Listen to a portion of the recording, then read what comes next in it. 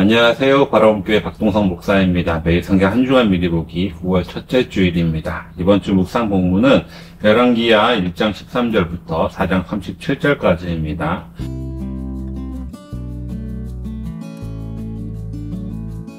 먼저 열왕기하의 구조를 먼저 살펴보겠습니다. 열왕기하 구조를 전체적으로 잘 구분하기가 쉽지는 않습니다. 하지만 주된 내용을 중심으로 살펴보면요, 열왕기상은 이스라엘을 전성기로 이끌었던 아합이 죽는 것으로 끝났습니다. 아합 왕 이후에 남왕국과 북왕국의 이야기들이 열왕기하에 기록되어 있는데요, 북이스라엘이 먼저 아수르에 의해서 17장에 멸망을 하고요, 남유다가 바벨론에 의해서 멸망당하는 내용이 25장에 기록되면서 열왕기하가 마무리가 됩니다.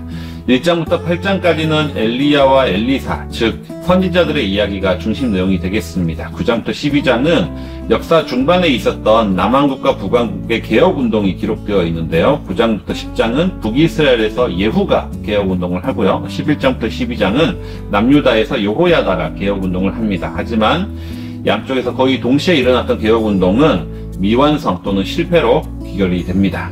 13장에서 17장은 북이스라엘 왕 예후 왕조부터 시작되어서 아수르의 멸망당하기까지의 역사고요, 18장부터 25장까지는 북이스라엘 멸망한 이후에 남유다의 역사입니다. 18장부터 20장은 히스기야, 21장은 므낫세와 아몬, 22장부터 23장은 요시야, 그리고 24장부터 25장은 요시야 이후 남유다가 멸망당하기까지의 역사입니다. 그러면 이번 주 본문부터 한 장씩 살펴보겠습니다. 먼저 1장은 지난주에 이미 살펴봤기 때문에 2장부터 들어가겠습니다. 2장은 엘리야가 승천하고 엘리사가 그 뒤를 잇는 내용입니다. 1절부터 18절은 엘리야의 승천 이야기이고요, 그 이후는 엘리사의 첫 이적들인데요, 19절부터 22절은 여리고의 샘물을 고친 사건이고 23절부터 25절은 앙콤 사건입니다. 엘리야는 승천할 때가 되자 엘리사에게 따라오지 말라고 계속해서 지속적으로 말합니다. 길갈, 베델, 여리고를 떠나서 요단강을 건널 때까지 엘리야는 지속적으로 엘리사에게 따라오지 말라고 하지만 엘리사는 끝까지 엘리야를 따라갑니다. 그 가운데 많은 선지자들이 엘리야가 승천할 때가 되었음을 알고, 그리고 호들갑을 떨면서 엘리사에게 그 사실을 아냐고 물어보지만 엘리사는 이렇게 스승의 승천을 언급하기를 꺼려하고 침묵을 지킵니다. 하지만 결국 요단강을 건넜을 때 홀들갑을 떨던 다른 선지자는 다들 떠나고 엘리사 혼자만 엘리야와 동행하게 되는 거죠. 이후에 엘리야가 승천하면서 마지막으로 원하는 것을 물었을 때 엘리사는 스승님의 능력에 갑절을 받기 원합니다, 이렇게 대답합니다. 그러자 엘리야가 어려운 걸 원하는구나 라고 대답을 합니다. 하나님이 주시는 능력에는 그에 따른 사명이 함께하기 때문입니다. 엘리사가 스승의 갑절의 능력을 구했다는 것은 그에 따른 사명도 감당할 각오가 되어 있다는 의미하는 거죠.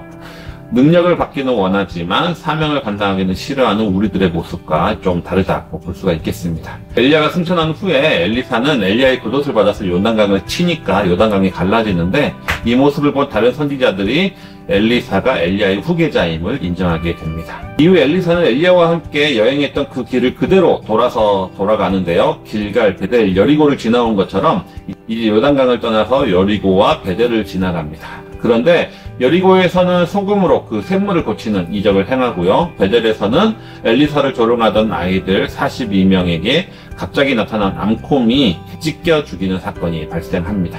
사실 엘리사의 앙콤 사건은 여러 논란이 있는 사건인데요, 엘리사를 대머리라고 놀렸다는 것으로 앙콤에게 찢겨 죽는다는 것은 사실 너무나 엽기적이고 황당합니다.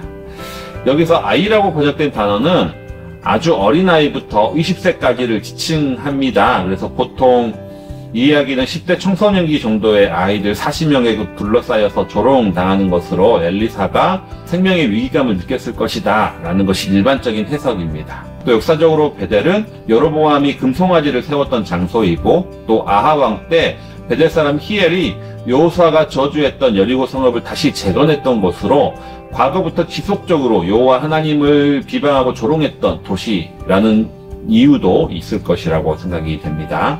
왕하 3장은 이스라엘과 모압과의 전쟁입니다. 단락을 나눈다면 1장부터 3장은 요호람이 이스라엘을 통치하는 내용, 4절부터 12절은 모압의 배반과 이스라엘의 동맹군 결성입니다. 13절부터 20절은 이에 대한 엘리사의 예언이고요, 21절부터 27절은 동맹군이 승리하고 모압에 패배하는 내용이 되겠습니다. 열왕기하를 처음 시작할 때 모압의 배반을 먼저 언급했었습니다. 그리고 이는 아합의 죽음으로 북이스라엘의 위상이 낮아졌음을 의미한 것이죠. 그 다음에 아하시아는 2년 만에 죽었기 때문에 모압의 배반에 대응하지를 못했고요. 요호람 때 와서야 남한국과 에돔까지 3개국이 연합해서 모압을 치기로 합니다. 문제는 전쟁하러 가는 중에 마실물이 떨어진 것이죠. 이에 북왕국 왕과 남왕국 왕이 서로 다른 반응을 보입니다. 북왕국 왕인 요호람은 하나님을 원망하는 반면에 남왕국 왕인 여호사밧은 선지자를 찾아서 하나님의 뜻을 구하는 거죠.